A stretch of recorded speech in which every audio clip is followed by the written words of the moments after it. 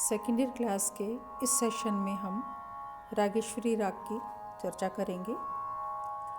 रागेश्वरी राग बताने से पहले मैंने प्रीवियस सेशन में आपको बागेश्वरी राग के बारे में बताया था, जो कि इसकी सम प्रकृति राग है।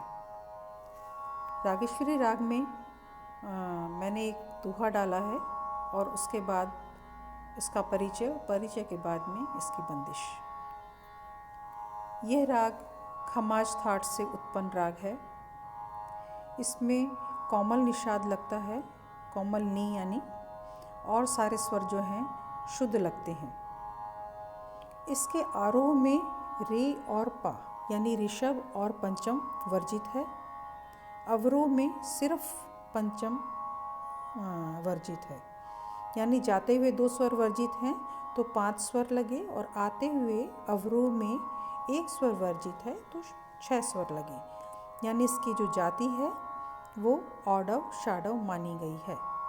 जब भी किसी राग में 7 स्वर लगते हैं तो संपूर्ण जाति कहलाती है, 6 स्वर लगेंगे तो शाडव और 5 स्वर लगेंगे तो औडव। इसलिए इसकी जाति औडव शाडव है, क्योंकि आरोह में 5 स्वर और अवरोह में 6 स्वर। इस राग का वादी स्वर जो है गंधार है यानी ग है, और संवादी स्वर निषाद है यानी नी है। हर स्वर संगति, उसका न्यास, उसका ठहराव गंधार पर ज़्यादा दिखाई देता है इस राग में। इसका गायन समय रात्रि का दूसरा प्रहर है। इस राग के गायन में 2 मत हैं विद्वजनों के। एक मत है खमाज अंग से गाना और दूसरा मत है बागेश्वरी अंग से गाना। जो विद्वजन इसको खमाज अंग से गाते हैं उसमें दोनों निषाद का प्रयोग करते हैं। दोनों निषाद से मतलब है आरोह में शुद्धनी और अवरोह में कोमलनी का प्रयोग किया जाता है। बागेश्वरी अंग से जो गाते हैं वो हमेशा कोमल निषाद का प्रयोग करते हैं। इस राग के अवरोह में कभी कभी वक्र गंधार का गा का यानी प्रयोग किया जाता है। ये राग बहुत सुरीला राग है। इसका जो प्रकृति है वो श्रृंगार रस प्रधान है। गुणीजन इसको जब गाते हैं तो सच में ही बहुत ही वातावरण मतलब अच्छा और दिल को भाने वाला हो जाता है। किसी भी राग को गाने से पहले हम उसका आरोह अवरोह पकड़ गाते हैं, जिससे राग के विषय में, उसके स्वरों के विषय में हमें जानकारी मिल जाए, उससे हम परिचित हो जाएं, उसका राग का एक माहौल बन जाए। तो मैं इसमें सबसे पहले आपको आरोह अवरोह गा के बताती हूँ।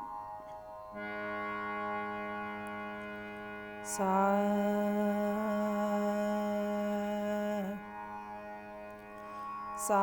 ग,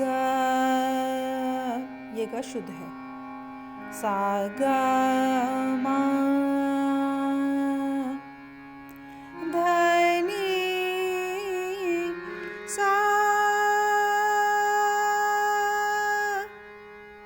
ये नी कोमल था। सा नी ध मा, नी कोमल है। ग रे सा, इसमें आप देख रहे होंगे स्लाइड में नी के नीचे आड़ी लकीर है, यानी कोमल का निशान है। तो निषाद जो है कोमल प्रयोग किया जा रहा है, इसलिए ये बागेश्वरी अंग से गाया जा रहा है। आपको जो सिखा रहे हैं बंदिश बागेश्वरी अंग की है। फिर से सुनो।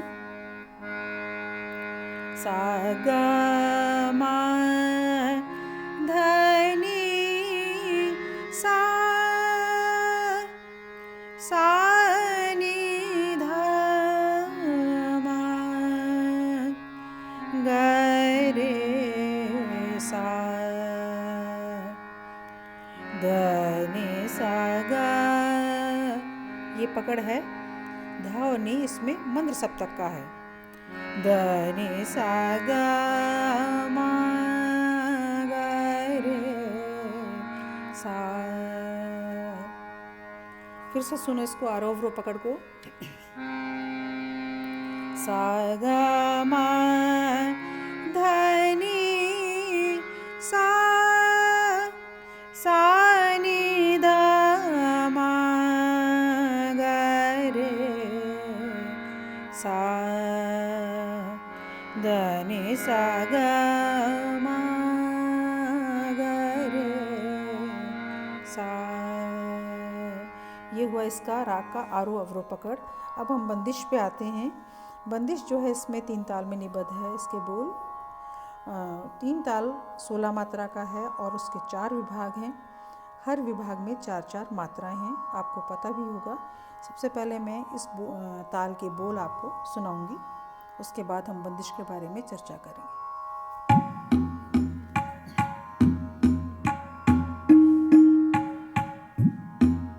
1 2 3 4 5 6 7 8 9 10 11 12 13 14 धा धिन धिन धा धा धिन धिन धा धा तिन तिन ता ता धिन धिन धा धा।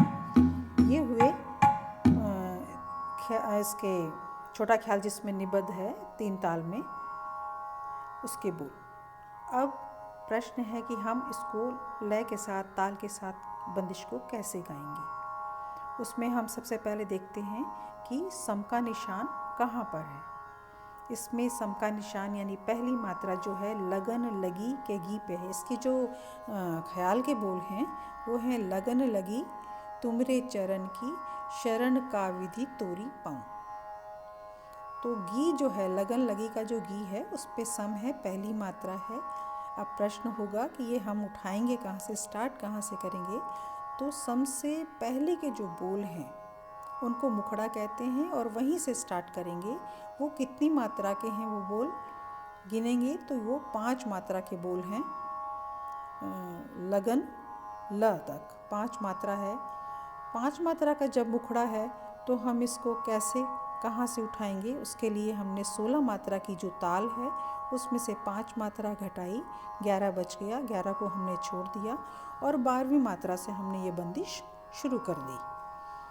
5 मात्रा का मुखड़ा है, 16 मात्रा की ताल है, 16 में से 5 गए, 11 बचे, 11 हमने छोड़ दिए, 12वीं से हम इसको शुरू करेंगे ताल के साथ में।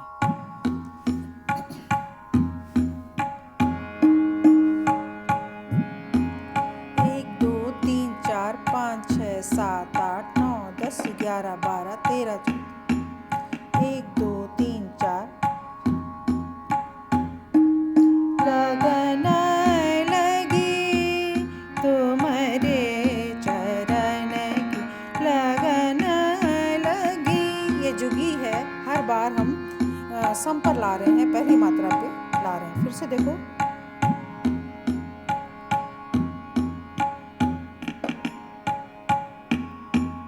1 2 3 4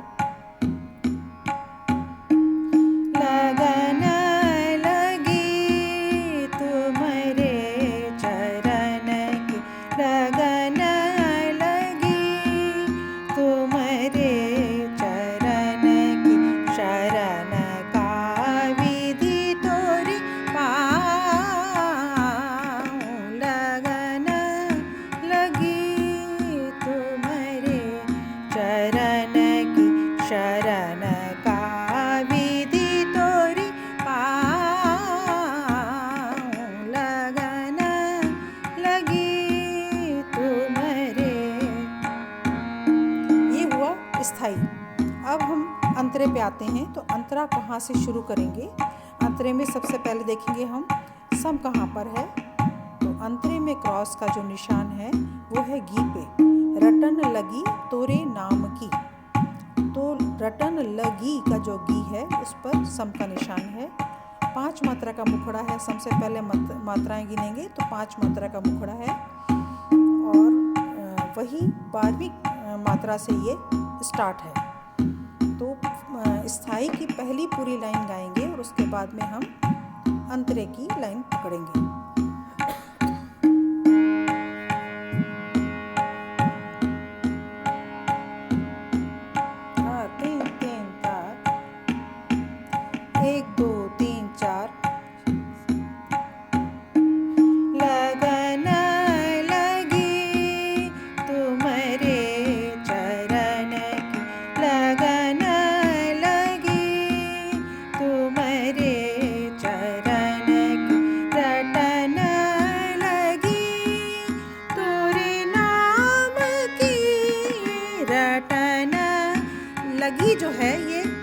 सापे आ रहा है, तार सप्तक के सापे। फिर से देखो, वही 12वीं मात्रा से शुरू किया है हमने अंतरा।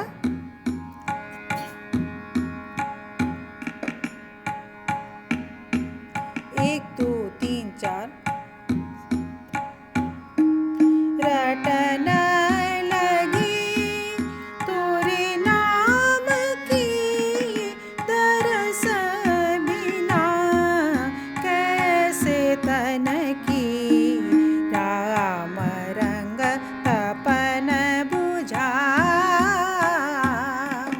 लगन लगी तुम्हारे चरण रटन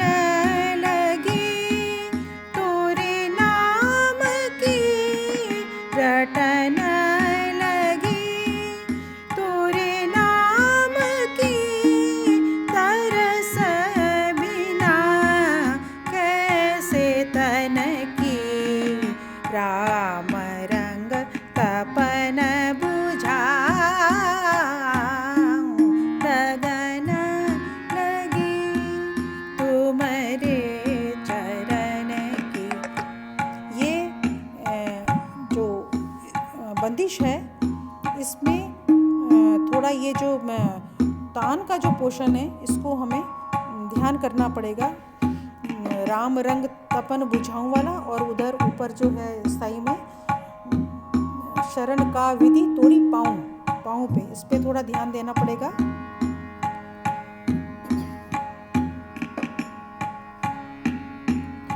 एक दो तीन चार रटन लगी तोरे नाम की तरस बिना कैसे तन की राम रंग तपन बुझा लगन लगी तुम्हारे चरण लगन लगी।